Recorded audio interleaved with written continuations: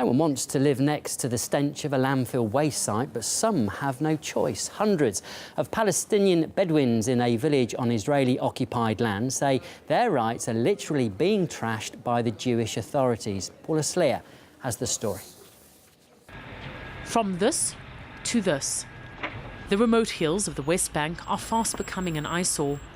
By the hour, noisy garbage trucks dump waste from Jerusalem and its surrounding areas here. Far enough to keep the stench of garbage away from city dwellers, but close enough for some to conclude it's making the Bedouin tribes who inhabit these hills sick. Ahmed Hussein is recovering from cancer. He says he can't prove the dump caused it, but suspects it did. Our children play next to the dump.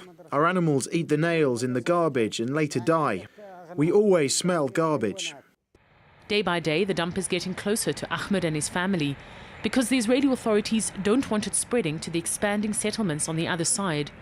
Israeli law says a landfill should be 2 kilometers from where people live. This one's a stone's throw away. There are a lot of people suffering from a lot of illnesses that we've never seen before. Some of them are skin illnesses. There have been cases of cancer and people have died. Some of the garbage being dumped here has chemicals and gases. And for as long as these hills fall under Palestinian territory, they'll continue to fill up with Israeli waste.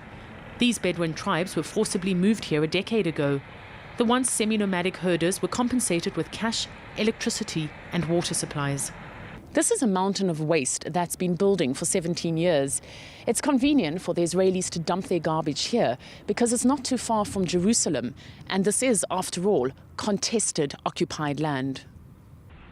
The Israeli Health Ministry has found that the dump is producing methane gas, amongst others, with long-term health risks. For the last few years, Dr. Hassan has been researching the health effects on Bedouins living near the rotting waste. Water getting out of as an extract of these dumping sites, these waters just goes into the ground, reaching the aquifers where we have the water, drinking water. We have a well where the people are drinking water from these wells. And we found during our research that there's some heavy metals inside these wells. But land here is expensive, and building a new waste site would cost money. It's also not clear where these Bedouin communities could move to. The lack of building space means they're forced to put up tents closer to the landfill site.